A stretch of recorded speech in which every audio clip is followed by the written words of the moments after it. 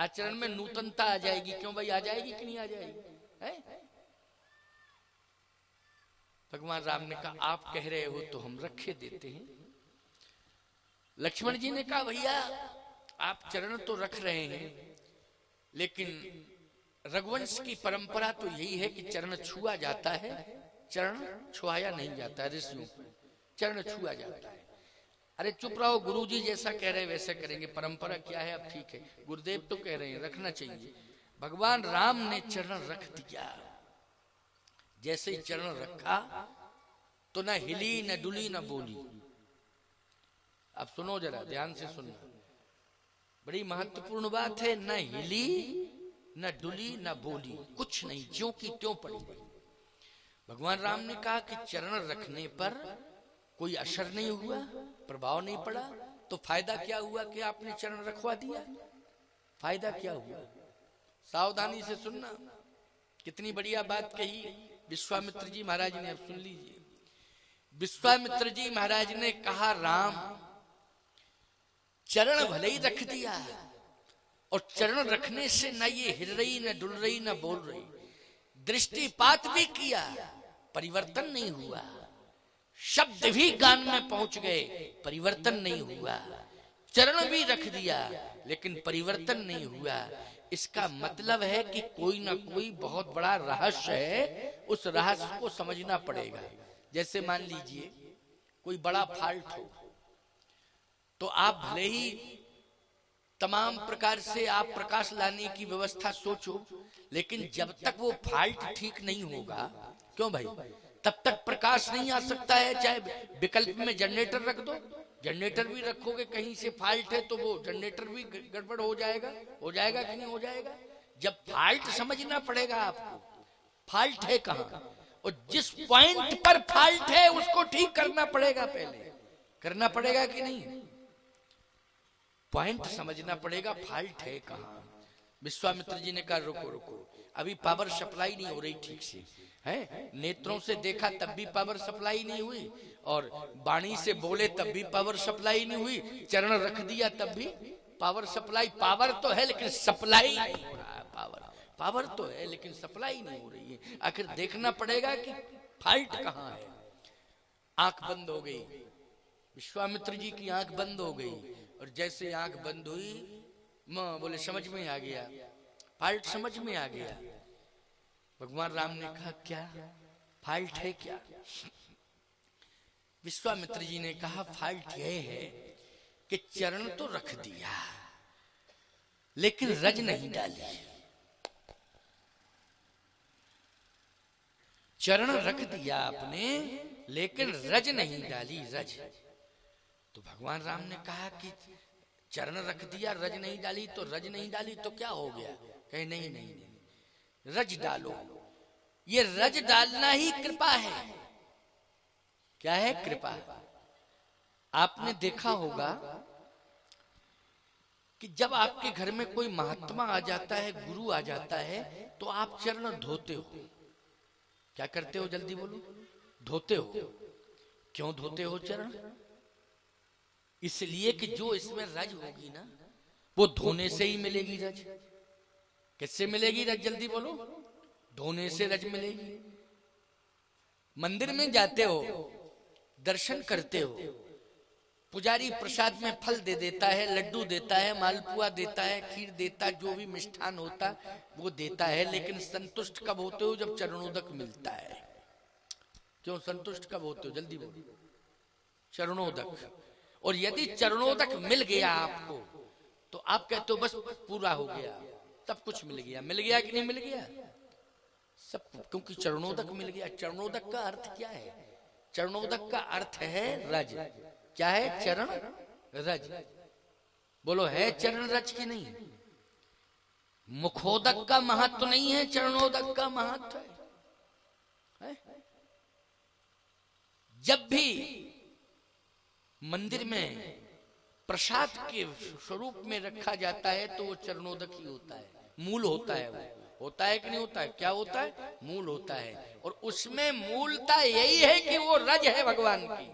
क्या है? चरण रज है, यही भाव है। ये चरण रज है, और रज से ही उद्धार होता है। अच्छा, एक बड़ा सुंदर भाव है, श्री गुरु चरण सरोज रज। यहां भी चरण रज, रज शब्द का प्रयोग हुआ कि नहीं हुआ? श्री गुरु चरण सरोज रज, निज मन मुकुर सुधार। वर्णहु रघुबर बिमल यस जो दायक फल चार। विशेषता चरण से ज्यादा गुरुदेव की चरण रज की है। बोले चरण रज से क्या होता है? जो दायक फल चार, अर्थ धर्म काम और मोक्ष, इन चारों की प्राप्ति हो जाती है। चरण रज मिल जाए, चाहे महात्मा की मिल जाए चाहे परमात्मा की मिल जाए, रज ही महत्वपूर्ण है। तो यहाँ विश्वामित्र जी ने कहा रज डालो, रज। एक भाव और है रज का, क्या? विश्वामित्र जी ने कहा बात यह है कि इसका पतन तर्कशास्त्र का सिद्धांत है प्यारे। तर्कशास्त्र का सिद्धांत क्या है? तर्कशास्त्र कहता है जहां जिसका पतन है वहीं से उसका उत्थान है। यही तर्कशास्त्र का सिद्धांत है, जहां जिसका पतन वहीं से उत्थान। जैसे आप गिरे तो आप पृथ्वी पर आएंगे। कहां आएंगे? पृथ्वी पर। लेकिन उठेंगे तो आधार कौन बनेगी? बोलो भाई, पृथ्वी ही आधार बनेगी। बोलो बनेगी कि नहीं? कौन आधार बनेगी? पृथ्वी ही आधार बनेगी। भूमौ पतित पादानाम भूम रेव परम बलम। इसका मतलब है कि व्यक्ति जमीन पर गिरता है तो जमीन को टेक के ही खड़ा होता है। विश्वामित्र जी ने कहा अहिल्या का पतन किससे हुआ, इस पर विचार करो। राम जी ने कहा किससे हुआ? कहा इसका पतन रज से हुआ है, रज से। तो पतन जब रज से हुआ है तो गुरुदेव रज से उद्धार कैसे होगा? कहे रज रज में अंतर है। क्या अंतर है? विश्वामित्र जी ने कहा अहिल्या का पतन काम रज से हुआ है, अब अहिल्या का उद्धार राम रज से होगा, क्योंकि राम रज से ही जीव का उद्धार होता है। किससे होता है? राम रज से। राम रज जब तक नहीं मिलेगी उद्धार नहीं होता है। काम रज से पतन ही तो होता है प्यारे। बोलो भाई, अर्थ न धर्म न काम रुचि। तीर्थराज प्रयाग श्री भरतलाल जी महाराज कह रहे हैं, चार पदार्थ भरा भंडारू, अर्थ धर्म काम मोक्ष। प्रयाग ने कहा चारों पदार्थ भरे हुए हैं खजाने से, ले लो भरत। भरत जी कहते हैं अर्थ न धर्म न काम रुचि, गति न चहो निर्वाण, जन्म जन्म रति राम पद यही वरदान, न आन जन्म जन्म रति राम पद। प्रभु के चरणार बिंदों में मेरी रति बनी रहे। क्यों? चरणार बिंदों में रति का अर्थ क्या है?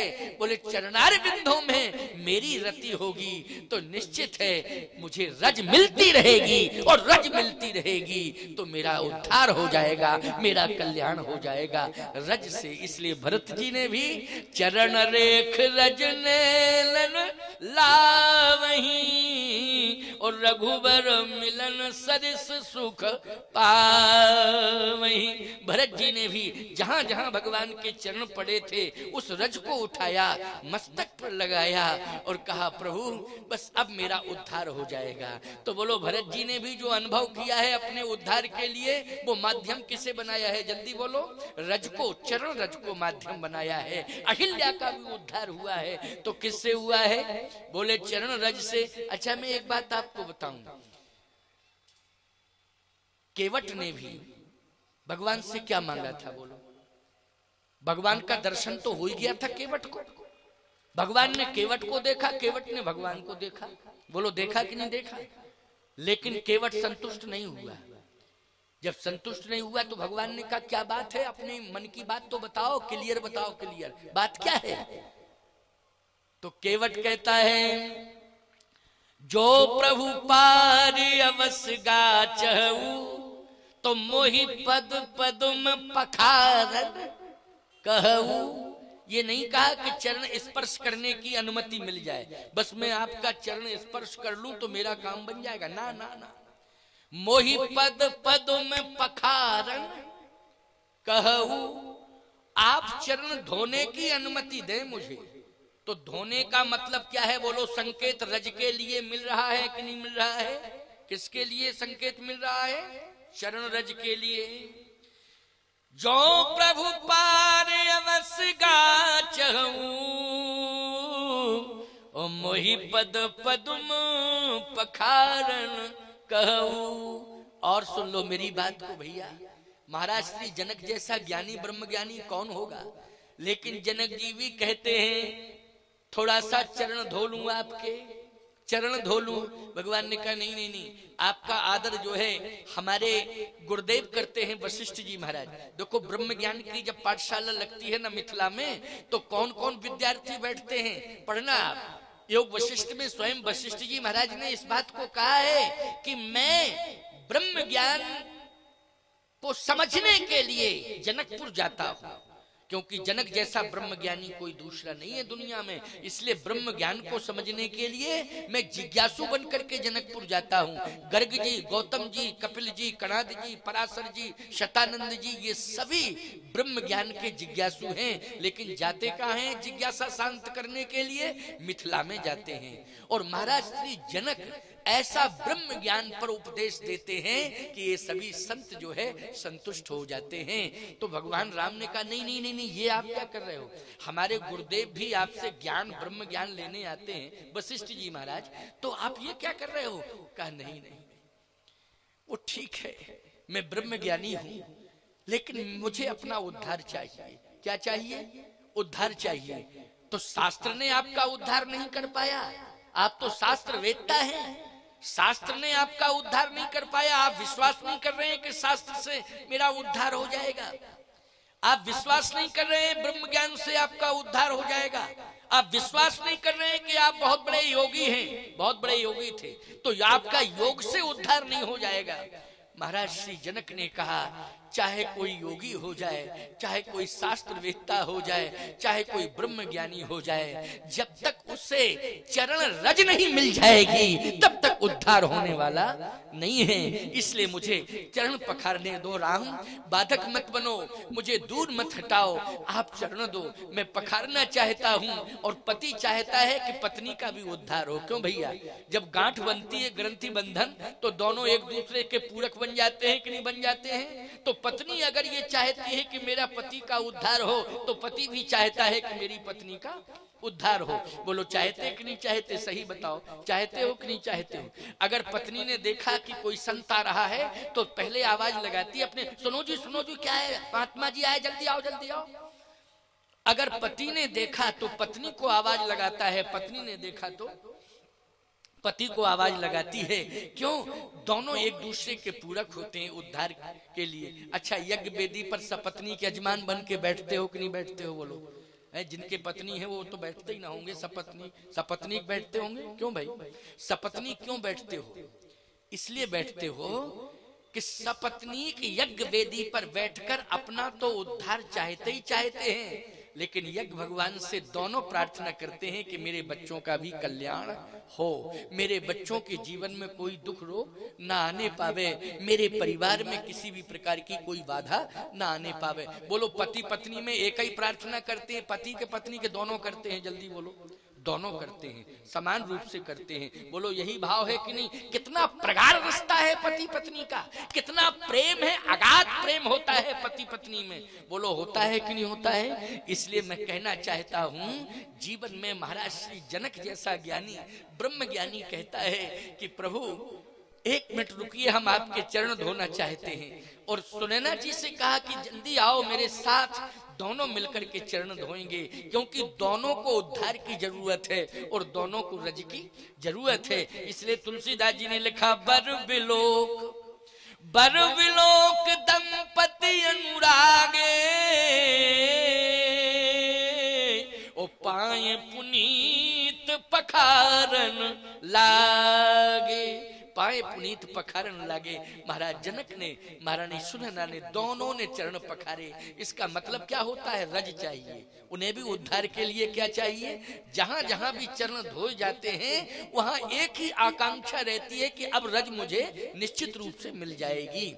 तो आज अहिल्या भी क्या चाह रही है उद्धार के लिए? बोलो, गौतम नारी शाप बस उपल देह धर धीर, और चरण कमल रज चाहती कृपा करहु रघुवीर। चरण कमल रज, रज चाहती है इसलिए रज दो, रज। भगवान ने कहा ठीक है आप कह रहे तो मैं रज देता हूं। और जैसे भगवान ने रज डाली अहिल्या के ऊपर, आहा, पर सतपद पावन शोक न सावन, प्रगट भई तप पुंज सही। प्रगट हो गई, हाथ जोड़ के खड़ी है। देखत रघुनायक जन सुखदायक, सन्मुख हुए कर जोर रही।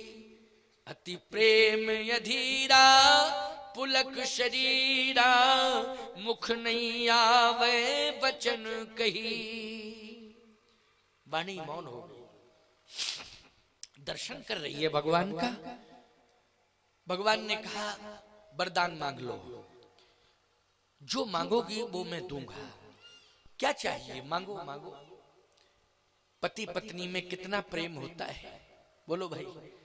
उद्धार के लिए, कल्याण के लिए पत्नी किसके लिए क्या मांग रही है, पति किसके लिए क्या मांग रहा है, इस पर विचार करना है। इसलिए पति पत्नी में प्रेम होना चाहिए। परिस्थितियों के कारण कभी कभी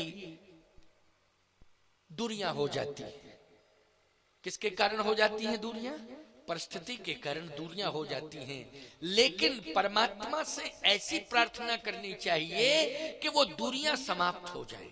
क्यों करनी चाहिए प्रार्थना? की नहीं, वो दूरियां समाप्त। यही प्रार्थना की अहिल्या ने। माताओं, कितना बड़ा चरित्र है आपका, कितनी बड़ी विशेषता है आपके जीवन की। इस प्रसंग से शिक्षा लो। ये प्रसंग आप सबके लिए प्रेरणादायी है। केवल मात्र नारी जगत के लिए नहीं, पुरुषों के लिए भी प्रेरणादायी है। बस ये अंतिम बात मैं कह रहा हूं, और बहुत महत्वपूर्ण बात, क्योंकि इस समय हमारी घड़ी में 6 बजने जा रहे हैं, 2 मिनट कम 6। आज मैं जल्दी आ गया था ना, कथा भी मैंने जल्दी प्रारंभ कर दी थी, है ना। और कल 6:30 तक बोला था, तो इसलिए बोला था 6:30 तक क्योंकि